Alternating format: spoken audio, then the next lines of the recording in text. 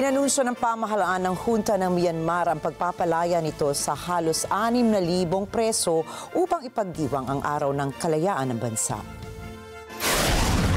အကျဉ်းထောင်အချုပ်ထောင်စခန်းအသီးသီးတွင်ပြစ်ဒဏ်ကျခံလျက်ရှိသောအကျဉ်းသားအကျဉ်းသူ9864ဦးကိုရာဇဝတ်ကျင့်ထုံးဥပဒေပုံမှန်401ပုံမှန်ခွဲ1အရနောက်တစ်ကြိမ်ပြစ်မှုထပ်မံကျူးလွန်ပါက၎င်းပြစ်ဒဏ်ပြင်ယခုကြခံရန်ကြံရှိသောပြစ်ဒဏ်များကိုပါဆက်လက်ကြခံပါမည်ဟုသောစီကံသတ်မှတ်ချက်ဖြင့်ရင်းတို့ကြခံရန်ကြံရှိသောပြစ်ဒဏ်များပေါ်လျှော့ပေါ်၍ပြစ်ဒဏ်လွတ်ငြိမ်းခွင့်ပြုလိုက်သည်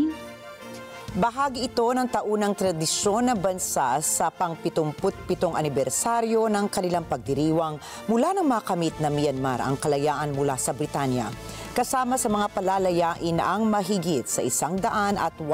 banyaga. Subalit, hindi tinukoy ng hunta ang mga kaso laban sa kanila o ang kanilang mga nasyonalidad. Inilarawan ang pagpapalaya bilang isang hakbang na makatao at maawain at binigyan diin ng mga pagbabawas sa sentensya ang 144 na katao na nahatulan ng panghabang buhay na pagkakabilanggo. Naging 15 taon na lamang po ang kanilang sentensya. Ang amnestiyang ito ay ipinatupad sa gitna ng patuloy na kaguluhan sa Myanmar mula nang maganap ang kudita ng militar noong February 2021 na nagpatalsik naman sa demokratikong gobyerno ni Aung San Suu Kyi at nagdulot ng malawakang mga protesta laban sa panunupil at karahasan sa ilalim ng namumunong hunta. Libo-libong mga political prisoners kabilang ang mga aktivista at nagpoprotesta ang naaresto sa ilalim ng mga hakbang ng hunta laban sa mga tutol sa kanilang pamamahala.